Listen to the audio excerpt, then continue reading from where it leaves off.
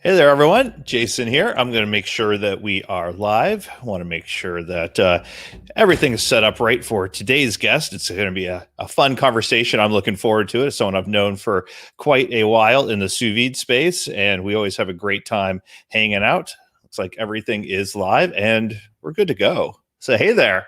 I'm Jason Logsdon, and this is Exploring Sous Vide. We're all about helping you get the most out of your sous vide machine while talking to some of the biggest names in the industry.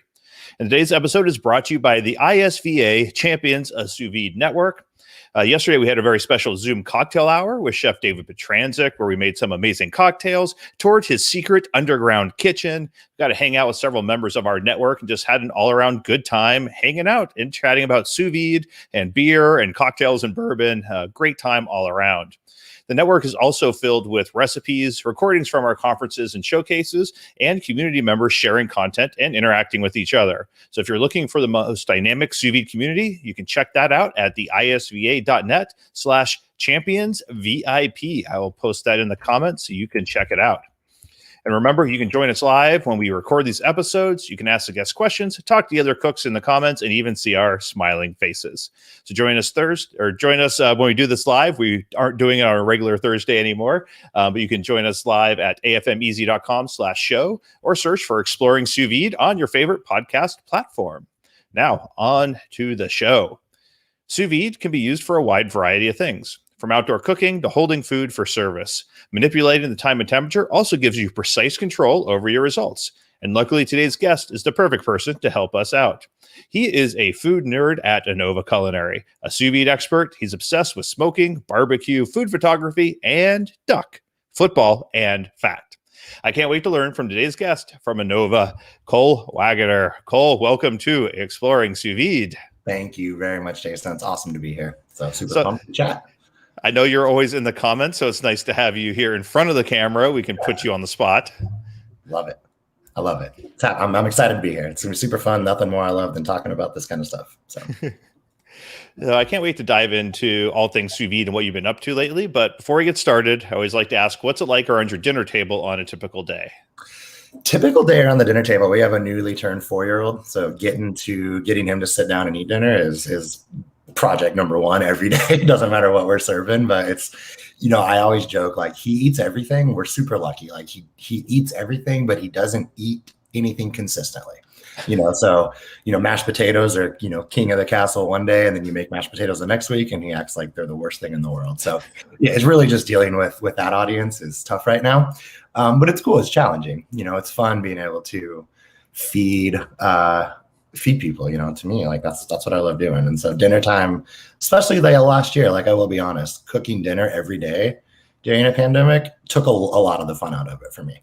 It was tough. I definitely took a step back and was like, wow, cooking dinner every night, like that is an underrated task, that a lot of people do that does not get a lot of notoriety, but yeah, it was good for us for sure. So. Yeah, there's a lot that goes into doing it every day. Every single day. Yeah.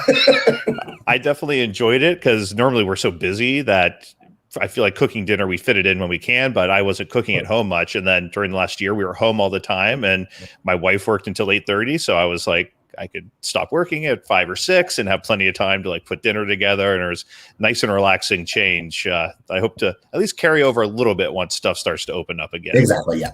We're definitely eating at home more now, just in general, for sure. So. Yeah, I forgot how good food can be. And the first time we went out to eat in a while, I was like, I forgot how big the portions were out. Like It's like 4 times what I made at home. We've eaten out one time. My wife and I have been fully vaccinated for a couple of weeks now, and we went to our favorite Mexican spot a couple of weeks ago, and same thing, but we didn't have any problem just going for it. It was a welcome reminder for sure. I feel like that's the first time out. You're like, I'm just going to go in and do it. And you're just like, I need to not make this a habit. Exactly.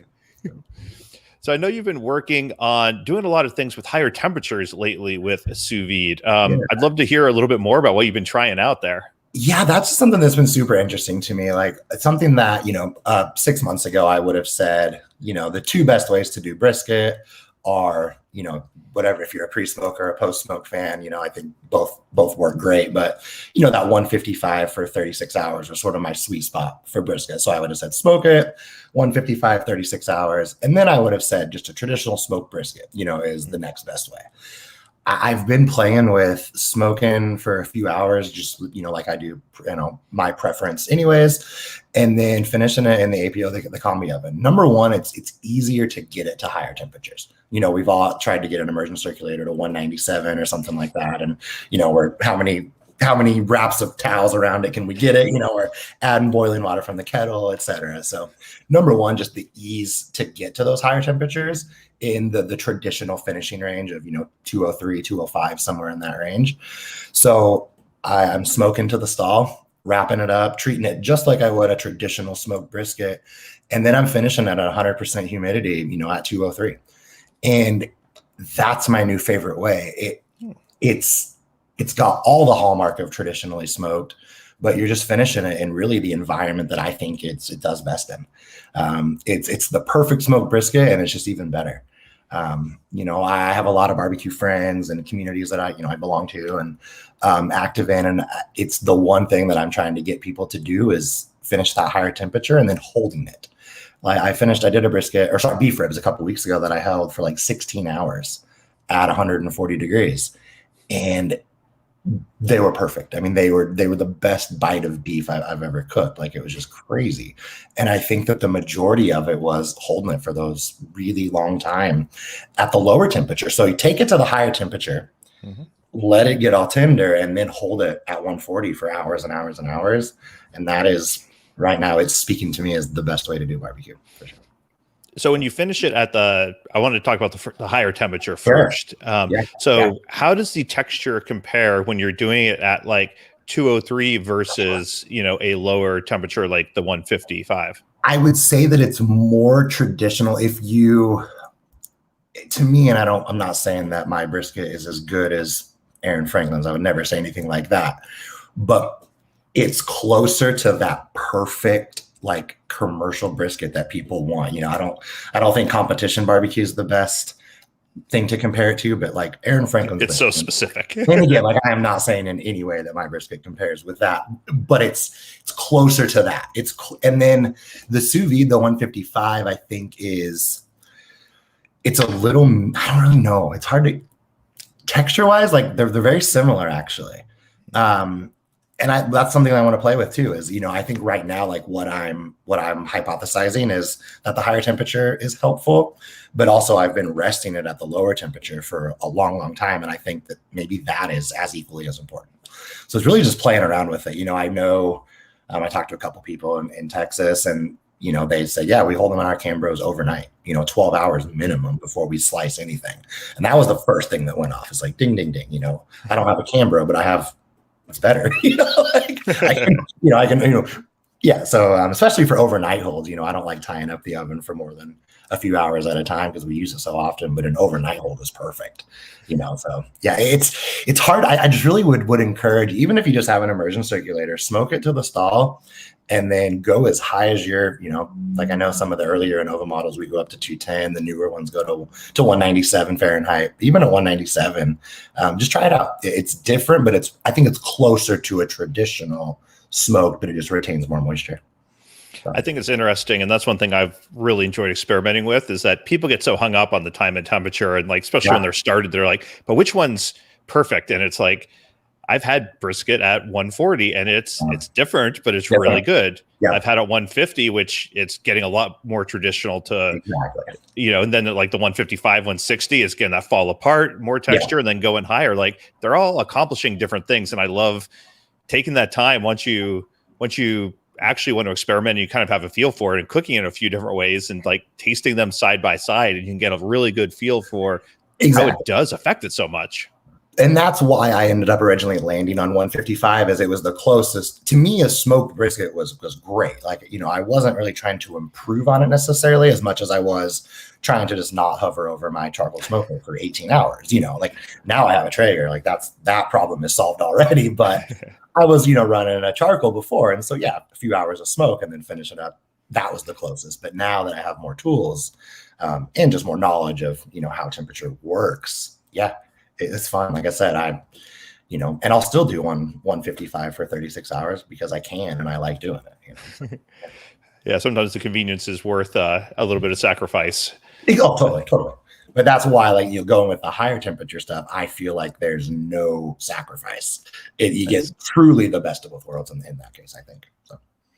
We got a few people joining in on the comments. We got Mike Lashardy, the co-founder at the ISVA, says, "What's up?" He's just got off the boat, so he's driving. Oh, sorry, we're all going to miss his witty remarks. LOL. So, absolutely. Yeah. We miss you. I feel like Mike's been on a boat for like 2 weeks.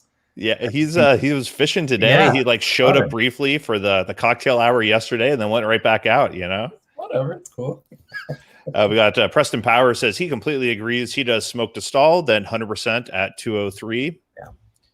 Yeah. We got Darren Wilson says wrong, smoke after. Hi, Darren. Thanks for joining in. The only reason I don't smoke after is just the chilling stage. To me, and that might be a little bit of convenience versus, results type there. But yeah, I like smoking it. I like the bark, but yeah, again, I've done it both ways. Both ways absolutely work. I just prefer before. And again, I'll be a hypocrite and I'll probably do it after here in a couple months just because I can and it works and it's something different and fun. So yeah, I almost always do after because I don't plan ahead. So I will just like cook it and then I'll chill it. I'll be like, well, now I'll just reheat it when I actually know that I want to cook it because I'm horrible at planning. And it has nothing to do with the flavor or the result. It's just that's how I cook. Definitely. Yep, definitely. For sure. Totally understand that. Drew Thompson says, what about reheating in the combi oven? We're going to have to stay until 9 o'clock now. I'm going to talk about this for hours. Like this to me is the greatest thing ever. It's food. I actually eat less at the number one way I tell people like a reheat's so good is I actually eat less at dinner time because I know the leftovers are going to be so good. We cook for 3 people around the house, but we usually will cook for 4 or 5 at the end of the day just because, we're all home every day. So an easy lunch the next day, whatever. It truly, there's zero loss of quality. We've talked about barbecue a lot, but I'm really weird. Like I cook a lot, and something that I do when I'm done cooking, a lot of times I'm not even hungry. Like I love the process of it so much. And like sometimes just being around and especially snacking all the way through the cook or whatever you're doing, by the time you're done, like a lot of times, you're not hungry. And so I prefer to cook my barbecue the day before or really anything, especially barbecue though. I think like just being overwhelmed by the smoke like mutes my senses or something. And then when I go to eat it, it's just not. And there is some science there. I've seen Kenji talk about this a little bit. I'd like to learn more about kind of that aroma science. It's like it mutes your palate or something after you've been around it for so long or something. So I guess it's the same philosophy as like why chili tastes better the next day. In a way, things like that. So yeah, I'll throw the brisket in at 100% or whatever it is. I mean, it's meat, it's potatoes, it's everything like reheats perfectly. Again, a lot like sous vide, we know sous vide's a great reheater. One of the great things about the APO is you can up your delta a little bit and use the probe to monitor. So that chicken that you may have already sous vide at 145, you can throw it in the APO at like 185, 175, 100% humidity and just pop the probe in. And when it gets mouth hot, 125, 130, 135, whatever your preferred mouth hot temperature is, pop it out and you're getting sous vide like reheat results in a fraction of the time. So, it's great too. We'll also freeze a lot of leftovers and you can just throw it right in the bag. So you don't have to use the probe. You can just throw it in the bag, set your, like you would an immersion circulator. If you want it at 140, do it on 140 for 30 minutes and pop it out and eat it. Yeah, it's fantastic. That's one of the big reasons that I've been looking at doing a precision oven is just for the reheating. And then also I roast a lot of vegetables and they always just, when you roast, you dry out some because of the hot and dry temperature, and bagging them and putting them in the sous vide machine works great, but you got the floating and you got to worry about it a little bit more. And so those are my 2 kind of killer features that I have my eye on a precision oven. Yeah. I mean, I would never, but honestly, like, being totally objective, like if you have this just for reheating, I think it's worth it, not to mention, everything else. Yeah. It's fantastic. So. Yeah. I remember because it's like we talk about all the fancy aspects of it. It was fun when I was talking to Scott Heimendigger, and so we're talking about the Delta T's and the different things. And my dad is in the comments saying, he's like, Yeah. "Can you toast a bagel in it?"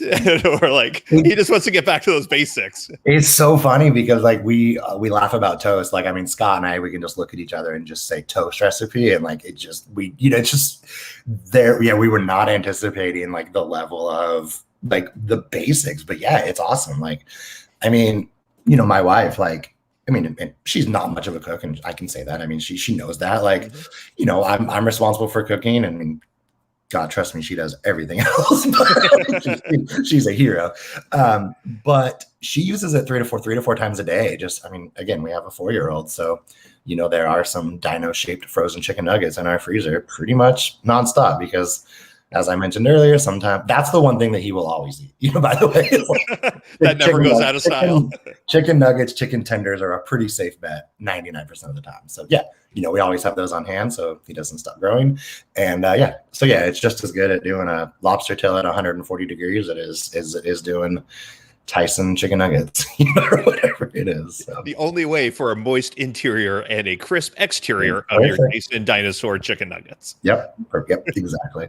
So Darren has questions about the water tank for the APO. Tank. Absolutely. Yeah. We underestimated how hard it was to find food safe, clear, heat resistant. And so it's ongoing. The replacements that are going out now, when you request a replacement, is an updated material. We've confirmed that. The tank batches in the oven itself, they do come like the 110 and 220 are on a different, I guess, assembly line. And so we're waiting to get confirmation on what the new batches are going forward, but everyone can receive the new updated tank, and it's ongoing. So we're still looking and still working. So, any new features coming out with the precision oven, or anything that's kind of you've discovered over the last year and a half of it being out? Really, just the big thing is now getting an understanding of what people are cooking, what we're missing as far as, like education and content gaps and things like that. So really now we're just kind of starting to take a step back and looking at the overall picture and just understanding, that now that we've seen what the community does with the oven, kind of our first, wave of, I guess, data as far as like, this is what's going on. And so now we're just, helping, people pain points, we do a lot of user research constantly and just being in the community and finding out what those pain points are and then introducing features. Luckily, like, I'm good with time, temperature, stuff like that. When you start talking firmware and, and app updates, like, I'm like, I have no idea. That's not my wheelhouse, like, at all. So, yeah. I like you commented that your wife is a hero, and Mike says his 6-year-old in the back seat said, "But Cole is a cooking hero." That's very nice. Thank you so much. That's awesome. Mike has trained him well to suck up to our guests. I think I met him one time at the summit 2 years ago. So. Yeah. So has anything come up that has been surprisingly effective with the oven, or someone used it in a way that you weren't really expecting that was pretty cool outside of toast? I eat more vegetables. Like, it's just so much easier to cook vegetables perfectly. I mentioned earlier trying to get an immersion circulator, to 197, even, sometimes getting it to 185, I found a little cumbersome or just didn't want to wait or something like that. But to be able to hit 212, 100% go, and the oven in just 2 or 3 minutes be at that temperature, like, yeah, we eat. There's so many, that is the one good thing about vegetables is we know that they cook mostly at the same temperature range, 183 to 190-ish. So you can kind of throw a bunch of stuff in at 185. So, I'll do like even cold salad prep, I'll just throw a bunch of asparagus in or something like that, and then dice it up through the week and add it to a salad. So yeah, I eat more vegetables, which is cool. I've always loved vegetables. And to me, the challenge of cooking vegetables is far greater than any meat, really, for the most part. And so to be able to have that temperature control to dial in vegetables has been really helpful. So reading the comment that came in. Mike Bailey says a lot, making the new injection mold takes a long time to machine that big a block of metal. Yeah, that sounds like something that could be true. Sometimes when I don't understand a comment, I still read it because I've run into that, especially with like one of my favorites was we had Eamon Rocky on, and he was talking about this peppercorn infusion that he was making. He's a beverage director at the Institute of Culinary Education. And Mark Webb, who's like the aroma science guy, like asked some question. And I was like, I understand like 4 words in this question. And I read it, and even Rocky's like, oh my, well, that question is amazing. Like that really, I was skimming over that, but here's it, like they went down this deep dive about like the different layers of flavor in peppercorn, parts of the husk and stuff. And it was just like, it was crazy. So I make sure I always ask them, even if I don't understand. Sure. Yeah, exactly. Yeah. Yeah. Again, this one, yeah, that sounds like something that's plausible. If there's one thing I've learned from having a lot of experts on this show is I do not know much. I have big gaps in my knowledge. I know what I know. Are you still making much cold brew with the? Yeah, it's cold brew season for sure. And again, you know, yeah, I mean, I use my immersion circulator essentially now when the oven is in use. You know, anything that's longer than 4 to 5 hours. Basically, the oven's kind of off limits around lunchtime for the rest of the day because it's usually doing dinner. So cold brew is something that I've done in the immersion circulator a couple times. I love it. Like I'm still a 150. 2 hours coarse grind at a 1:8 ratio. And then I dilute. So I do like 125 grams of beans, 1 liter of cold water, 152 hours, and then filter it and then dilute it 1-to-1. So it's perfectly drinkable from there. Yeah, it's cold brew season is something that kind of kicks off usually around every April or May here, that first 80-degree day. I call it cold brew season. I'll usually send out a dumb, tweet or Instagram story about it. And yeah, cool. I love it. Like to me, it's the perfect summer sipping drink. So I need to start doing a little more cold brew again. It's definitely. I love coffee. Like I mean, I don't talk about coffee as much just because I don't really have I don't know people in that community as well to have that platform as much. But like I love coffee. Coffee is all about precise temperatures and precision. Like I love precision in any capacity, essentially. And so, to be able to understand like why coffee tastes different at 193 when you brew it than it does at 197. I'm like, I love that kind of stuff. So coffee is an underrated passion of mine. I don't talk about as much, but I love it. Do you have a favorite roaster or favorite place to get beans? There's so much in the Bay Area. Like Sightglass is great. There's one in Brooklyn, actually. Are you familiar with Parlor Roasters? They are one of my favorites. I love anything like a naturally processed Ethiopian Yirgacheffe. Like that's my region. So anyone that's roasting that, I usually go for. But yeah. Nice. We do a lot of Abbotsford Road, which is probably about half mile from our house, and then a lot of Stone Street roasters. Oh yeah, well. Yeah, for sure. Yeah. So like exploring those. Oh yeah. David says he feels bad. David LaForce says he feels bad. He's the only one on here without an Anova precision oven. If it makes you feel better, you can tell that I don't have one in the back. I mean, I can't think of anyone that needs one more than David. So. That's all. I mean, I can't wait till he gets one and see what he starts doing with it. He says he's going to start a support group. Yeah, I mean, I can hang around there and be a bad influence to everyone. Eventually, everyone will come out of that support group, probably with an oven. So. What's something you've made lately that either your wife or your kid really liked? That it was kind of something different that you tried.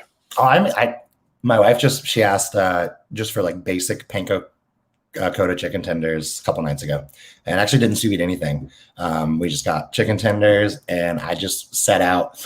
One thing my wife complains when I cook simple things is she kind of thinks I mail it in sometimes, and I kind of do. Like if it's a Tuesday night, chicken strip dinner, I'm probably at 60% of effort, just because I'm trying to get through it. But I set out to make really good chicken tenders, and I did. I dry brined the chicken tenders with exactly 1.5% salt by weight. I seasoned every component. I seasoned the flour. I seasoned the egg wash. I seasoned the panko. I just took like 30 minutes to make really nice chicken tenders, and they were they were so good. Like they were honestly, like chicken tenders is one thing that I do think like restaurants just kind of get right more than home cooks, and these were like definite restaurant quality chicken tenders, which is harder to do at home than I think a lot of people realize. So that was really good. So. Yeah, chicken tenders when done right are amazing, but they're like they're one of those things I think can benefit from sous vide, but I can never get the stupid coating to stick if I sous vide it first. And I haven't figured out a trick to that, or fried chicken or any of those. Yeah, it's tough. Like one tip I've done for that is letting the batter like harden for like 20 minutes probably after you coat them. I'll do like a really hard double dredge, and it does seem to fuse a little bit. Some people don't like that texture because the batter sort of gets too dehydrated.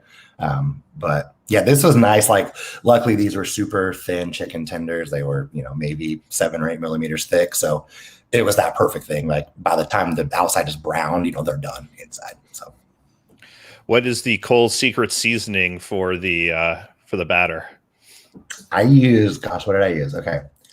I seasoned the flour with just like salt and pepper heavily. And then the panko, I used this rub called the Fix, which is like a commercial barbecue rub. It's basically onion powder and MSG. If you look at it, that's the first 2 ingredients. But it's a really good, just like kind of bright, amplifying like umami seasoning. And then I have some fennel salt from the chef in Seattle that is really, really good. And I order it a few times a year in these big tins. And it's awesome. Like, it's fennel salt, but I use it as kind of an umami salt for a lot of dishes that I make. So awesome. I can't even picture what fennel salt would taste like in my head. That sounds it's weird fascinating. because it doesn't have, it's not licoricey at all. I don't really know where it's at either. I just know that I was sent some one time. It says fennel salt on the outside, and I use it and I love it. Like, yeah.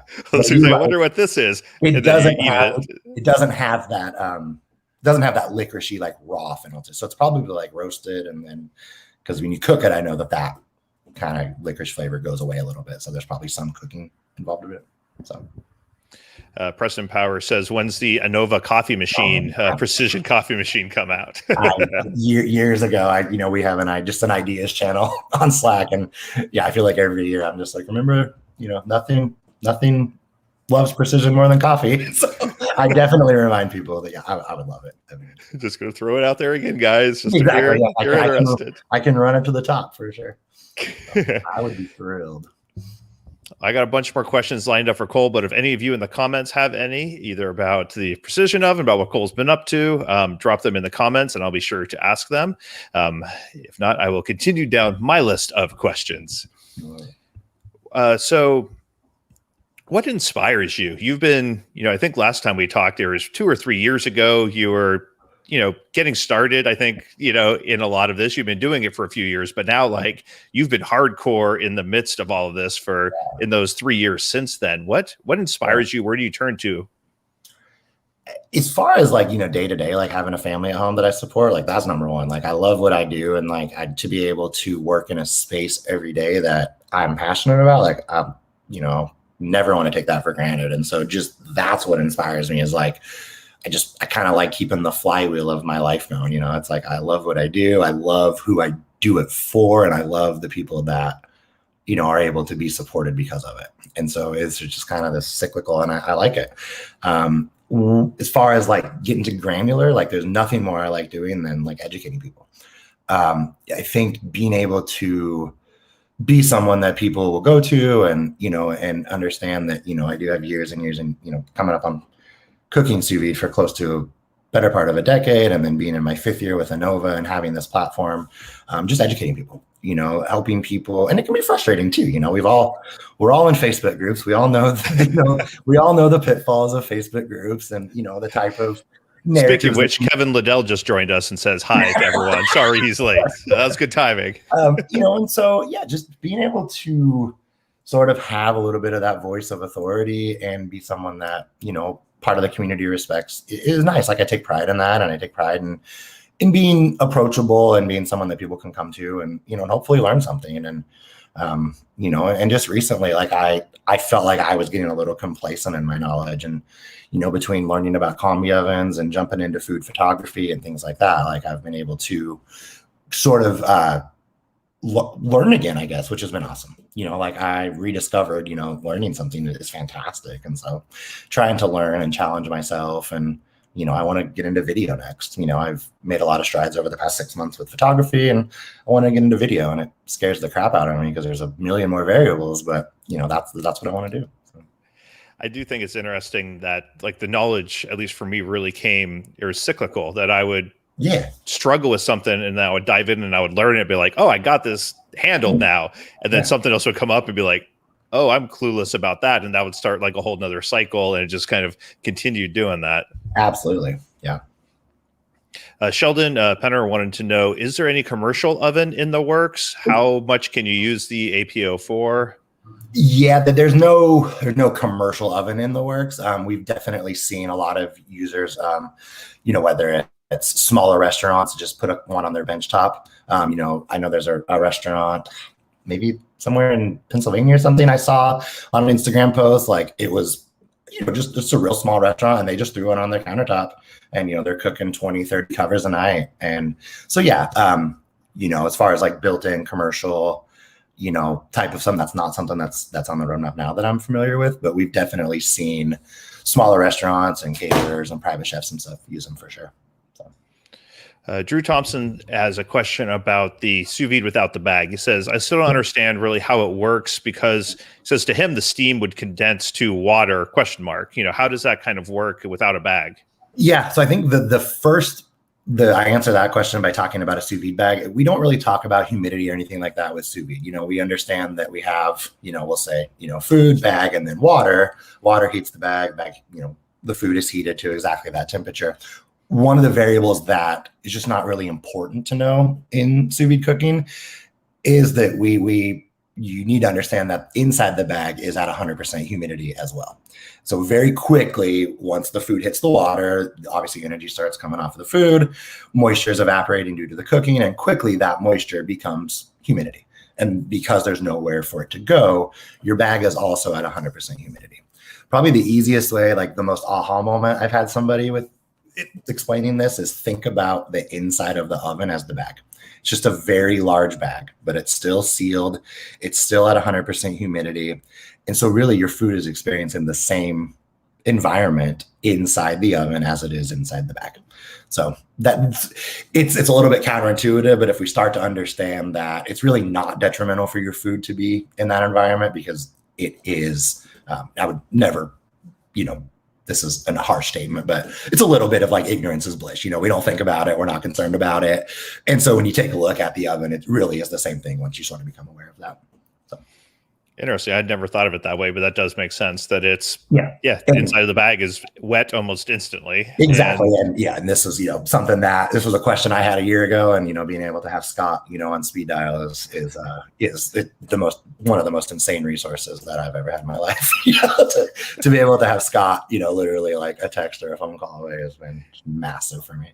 So, that's awesome. It's like, I don't know, like imagine if you could just, want to shoot free throws and you could just text LeBron, you could get like this level of, amazing knowledge bank for sure. So. Mike says, if you need some reps when you do videos, there's a lot of showcase demos coming up that you can contribute to. That's a good idea. That's a good idea. Let's do it. Sign me up. We have all levels, so you don't even need to worry about the quality coming out of the gate, and you can improve. And the commenters will let you know what you should improve on during the showcase. Exactly. So exactly. Love it.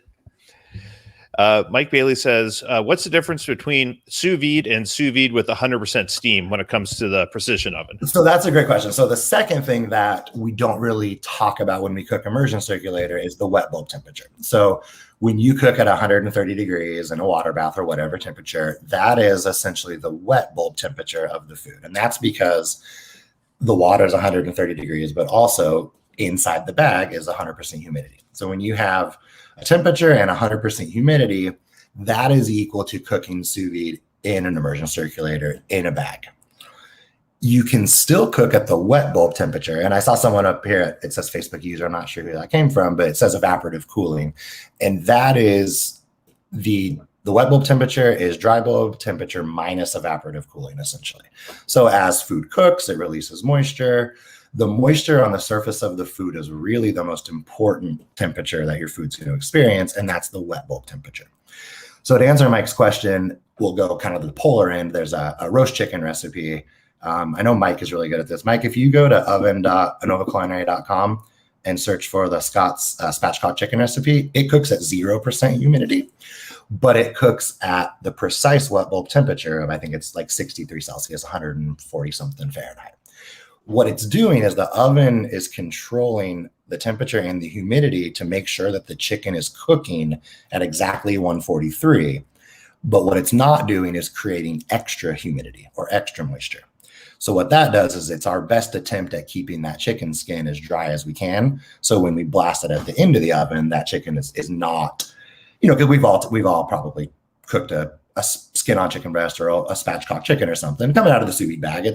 That skin it's tough to get it crispy. So by being able to cook at a wet bulb temperature, which is still sous vide precision, we're cooking within a 0.5 degree precision either way. We're just not putting as much moisture in the oven. So, yeah. I hope that was helpful. Yeah. And I think that's similar to when you can cook bread, right? That you can inject the amount of humidity you want in there, and a few other applications. Yeah, and then you start getting over boiling point, because again, everything we've talked about the oven so far has been below 212 degrees. But yeah, so you're cooking at 400. You can set the boiler to give you steam 100% of the time, half the time, whatever it is exactly. So yeah, massive benefits with that, especially with bread baking, getting those starches to caramelize on the surface and get that nice shine and nice light crispy crust is awesome. So when you're like, I want to do X recipe for Anova, or you want to work on it, where do you turn to find some ideas for either flavorings or presentation? Like, what's a culinary place that you turn for help? I go to Instagram, I go to Reddit. I do a lot of things where there's community input. I like to see what other people are doing. Like, I obviously have resources that I like, as far as like Serious Eats is good, America's Test Kitchen is good. If I want to like learn, what was it last week? I bought about fava beans at the farmer's market last weekend. I never cooked them before. So my first something like that is usually like, I'll just Google fava bean recipes, and I sort of just an aggregate, I feel like I have a good enough knowledge base to understand like, oh, okay, so this is something that just needs, I had to shuck it twice. Basically the number one thing I didn't know how to do was get it out of itself so I could cook it.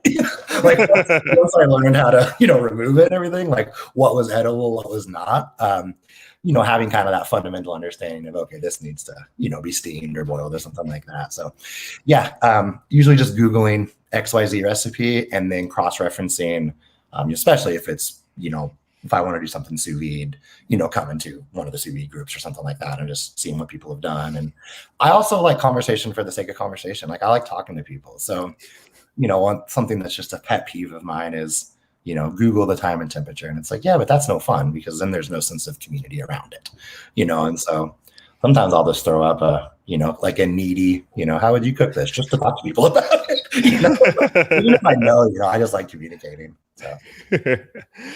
I know lately your photography, I noticed this the other day, even before we were going to do this, that I was like, Cole's photography seems to have improved by leaps and bounds over the last few months. Yeah. What have you done to kind of move that forward, or what prompted that? Your photography was always good, so it wasn't like it went from garbage to good. But I was doing everything with just an iPhone and whatever weird lighting I could get around the house. And so, yeah, Scott kind of challenged me to take my photography to a new direction. And so working with the Sony A6100 mirrorless camera, not super, pretty entry-level price, really. The lens is really what gets you, but I'm shooting mostly with a 1.8 f-stop lens at 50 millimeter, and it's a really, really high quality, very good value lens, especially for food photography. It's one of those kind of niche lenses that works really well with food photography that's not crazy expensive. And then luckily to have, I'm working with some artificial lighting in the garage. So luckily to have a garage, a little bit of space that I can have a little quote unquote studio out there with some backdrops and a couple beauty dishes. And so, it's hard. I haven't failed at something as much in a long time as I did food photography. When I started, I got this fancy equipment. I set up my lights and my photos with my phone were 100 times better. And there was such a delta between my expectation and the end result, I was like, oh my God, this is tough. And just, yeah. My wife sees me go out to the garage with a plate of food and she just rolls her eyes and knows that I'll come back in 30 minutes. She just hopes it's still warm for her. Well, no, that's the great thing. That's the number one complaint I get on Reddit, or complaint or critique, is like, your food must be freezing cold. And like, it used to be, but now I leave the oven at 130 degrees, 100% humidity, and I go shoot photos. I pop it. I walk in the house. When I'm satisfied, I throw the entire plate in the oven, reheat it, clean up my photo gear, then I eat. So, I mean, it works for me. And I don't shoot every dish I eat. Let's be clear about that. This is just the fun ones. So, I love that. That's the photographer's best friend. Even if you have no interest in sous vide, just to keep the rest of the food warm to keep your spouse happy is the first time I was like, well, this is perfect. Like, I think I made a funny like Instagram story about like, this is an influencer's like best dream. Like, you can now eat, hot food again. I found for my photography, going to the artificial light was the best thing that I could do. That it gave me something consistent to actually learn how everything else functioned. And I think I could do natural light now, but it just made a constant for me. Being able to understand how artificial light works really just helps you understand how light works. And so, yeah, being able to manipulate, like, I mean, probably the single biggest thing that just clicked for me was like, you have this, 5,600 Kelvin daylight, white light, like, pretend that's your window. Pretend that's where your natural light's coming from. And that helped me start setting up scenes and stuff a lot more naturally. It was like, oh, you just pretend it's a window. Like, it's really what it is. And so once I understood like that, really, and I know it sounds so silly, but like, it's, light it's everywhere, and so manipulating it is, it's a monumental task when you really sit down and think about it. But then in practicality, it's like, oh, okay, yeah, just make that light a window and then shoot cool photos. Like a lot of things, it's really hard to figure out, but once it clicks, then you're like, oh, duh, I get this now. For sure. And like, I think that, yeah, and again, you're going to have a lot of terrible photos. And so, but yeah, it's fun. I really enjoy doing it. So, Mike Bailey wanted to know, are you going to add a copy and paste feature in the app so you can copy a stage rather than going back to square one? Something that we're literally in the process now of trying to, like, that is a pain point that we've heard about. And we definitely are interested and we're exploring on the back end of things, how to make that possible. But something that we want to do for sure. We're seeing a lot of, and I agree, like, it would be a great user experience to be able to take something, understand it, cook it, and then tweak a few things to make it your own. And yeah, I think that would be huge for our users. Are there any other technologies you've been exploring using in the kitchen outside of like homemade robots that Scott builds and sends to you or something? I'm not on that mailing list yet. Super into lasers. I just laser stuff is so awesome. So, gosh, what else? I just got my knives sharpened. This is like, it's low fidelity. I got my knives sharpened, and it makes me mad that I didn't get them sharpened like a year ago. I'm sure everyone that is a passionate home cook, that kind of first time you get your knife sharpened is unbelievable. I've just been cutting my son's construction paper all day, just going through. Yeah. As far as that, it's outside. I'm cooking a lot more, and then like my big thing this summer is play with barbecue and the APO and just really see like what I can do. Like maybe at the end of summer, I'll ping Darren and be like, yep, you're right. Smoke after, it is the way. I don't know. I have no idea. So we don't need to support Darren. Come on. Even if you figure that out, you don't need to tell him that. I mean, I try to be fair. I try to be fair. So, I think like just cooking outside a lot. I do want to get like one of those griddles, like the 4-burner, like 36-inch outdoor griddles. I think that would be pretty fun. So I'm looking to expand my outdoor kitchen right now. So that's one thing that we only have a small outdoor space, and it's something that I miss, having a larger outdoor space to kind of have a few more toys out there. For sure. Yeah, it's super nice. Like, we're lucky to have decent sized backyard, and I get my corner of it to put whatever I want on it. And so I'm going to fill that space as much as I can. Mike really wants you to be in our showcase in July. He wrote back. He says, that sounds perfect for the July 10th showcase. All right. You can pencil me in. You pencil me in. Nice. You heard him, Mike. Your son will be happy that his culinary hero will be contributing a video at the showcase. That's awesome.